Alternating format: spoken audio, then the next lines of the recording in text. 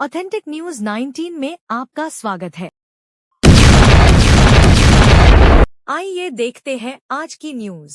AIDSO Dharwad ಜಿಲ್ಲಾ ಸಮಿತಿ 10 December 2025 ವಿಷಯ ಧಾರವಾಡದಲ್ಲಿ ನಡೆಯುತ್ತಿರುವ ಯುವಜನರ ಹೋರಾಟದಲ್ಲಿದ್ದ ನಾಯಕರನ್ನು ಬಂಧಿಸಿರುವ ಪೊಲೀಸರ ಕ್ರಮಕ್ಕೆ ಎಐಡಿಎಸ್ಒ ಖಂಡನೆ.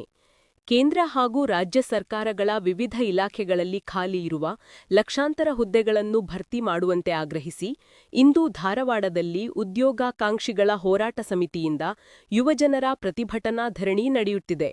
ಯುವಜನರ ನ್ಯಾಯಯುತ ಹೋರಾಟ ಹಾಗೂ ಪ್ರಜಾತಾಂತ್ರಿಕ ಹಕ್ಕಿನ ಮೇಲೆ ದಾಳಿ ಮಾಡಿರುವ ಪೊಲೀಸರು, ಹೋರಾಟ ಸಮಿತಿಯ ನಾಯಕರು, ಎಐಡಿವೈಒ ಯುವಜನ ಸಂಘಟನೆ ಹಾಗೂ ಎಐಕೆಕೆಎಂಎಸ್ ರೈತ ಸಂಘಟನೆ ಸೇರಿದಂತೆ ಹೋರಾಟವನ್ನು ಬೆಂಬಲಿಸಲು ಬಂದಿದ್ದ ಜನಪರ ಸಂಘಟನೆಗಳ ನಾಯಕರುಗಳನ್ನು ಬಂಧಿಸಿದ್ದಾರೆ. ಸರ್ಕಾರದ ಈ ದಮನಕಾರಿ ನಡೆಯನ್ನು ಎಐಡಿಎಸ್ಒ ತೀವ್ರವಾಗಿ ಖಂಡಿಸುತ್ತದೆ.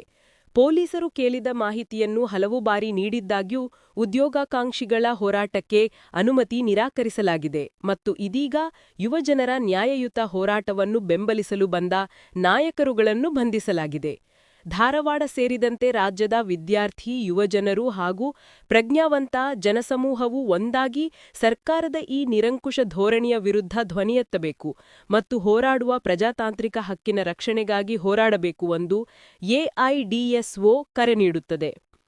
ಪ್ರಕಟಣೆ ಇವರಿಂದ ಶಶಿಕಲಾ ಮೇಟಿ, ಜಿಲ್ಲಾ ಕಾರ್ಯದರ್ಶಿಗಳು, ಎಐಡಿಎಸ್ಒ.